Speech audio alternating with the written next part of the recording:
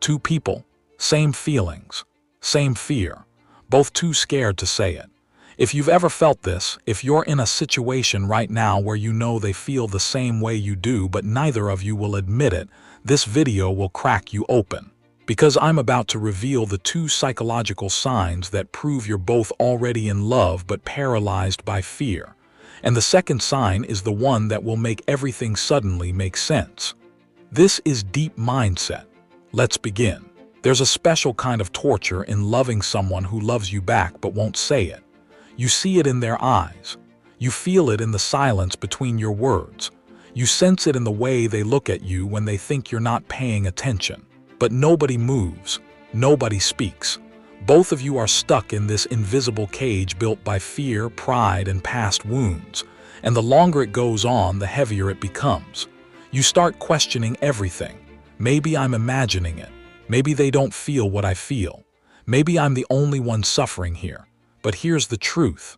When two people are afraid to love each other but already do, the signs are impossible to hide. The body betrays what the mouth refuses to say. The energy reveals what words try to conceal. And today, I'm going to show you exactly how to recognize it. The first sign that you're both afraid to love each other but already do is the push and pull dynamic. One day they're close. The next day they're distant. One moment they're warm and open. The next moment they're cold and withdrawn. And you feel like you're going insane trying to figure out what changed. But here's what's really happening. They're terrified. Every time they get close to you, their nervous system sends alarm signals. Danger, vulnerability, potential heartbreak. So they pull back to protect themselves. But then the longing becomes unbearable. They miss you. They crave your presence, so they come back. And the cycle repeats. This isn't games. This isn't manipulation. This is fear in motion. Psychology calls this anxious avoidant attachment. When someone has been hurt before, when they've learned that love equals pain, their brain creates a defense mechanism. Get close but not too close. Care but don't care too much. Let them in but keep the exit door open. And if you're experiencing this pattern with someone, it's not because they don't love you. It's because they're afraid of how much they do. But here's where it gets deeper. If you're also pulling back, if you're also afraid to fully open up, then you're both doing this dance. Both protecting yourselves. Both wanting the same thing but too scared to reach for it. And that brings us to the second sign. The one that reveals everything. Stay with me. The second sign is this. You've developed an unspoken language that only the two of you understand. When you're together, words become secondary. A look says more than a sentence. A silence feels louder than a conversation. You communicate through energy, through glances, through the way your bodies unconsciously mirror each other. And everyone around you notices it, except you two pretend not to. This is called limbic resonance. It happens when two people's emotional worlds sync up. Your nervous systems start regulating each other. When they're calm, you feel calm. When they're anxious, you sense it before they say a word. This level of attunement doesn't happen with just anyone.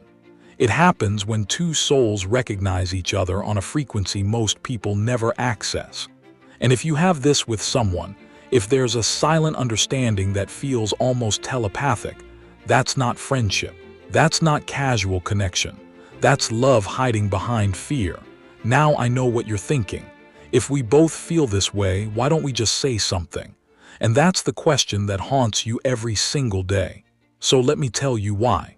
Stay with me because this next part is critical. Here's why neither of you is making a move. Because saying it out loud makes it real. And making it real means risking everything. Right now, you exist in this beautiful, painful in-between space. You have something, but it's undefined. You're close, but there are no expectations. And as long as nobody says the words, nobody can get rejected. Nobody can ruin what you have. Nobody has to face the possibility that maybe, just maybe, the other person doesn't feel the same intensity. But here's the cruel irony. The longer you wait, the heavier the fear becomes. Because now it's not just about rejection. It's about timing. It's about ego. It's about who's brave enough to go first. and both of you are waiting for the other person to take that leap. But what if neither of you ever does? What if this moment, this connection, this rare kind of love just slowly fades because fear won? Because silence killed what words could have saved. So let me tell you something you need to hear. If you're both afraid to love each other but already do, you have two choices.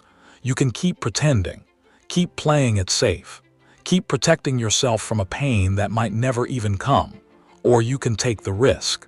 Not because you're guaranteed a happy ending, but because some connections are worth the fear.